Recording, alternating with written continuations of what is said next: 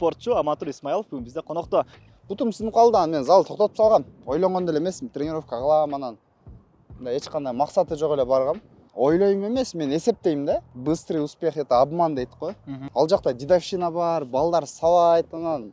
Мындай спортто бардыгы эмгектенет да. Бир бала карап отурбайт. Бунун титулу бар. Бардыгы сени жейм.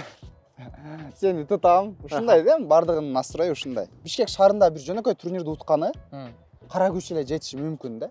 Бирок андан ары точно өтө албайсың. Сөзсүз түрдө керек бул жак, но ал жактан да бул жак важныйраак да, бул жак важныйраак.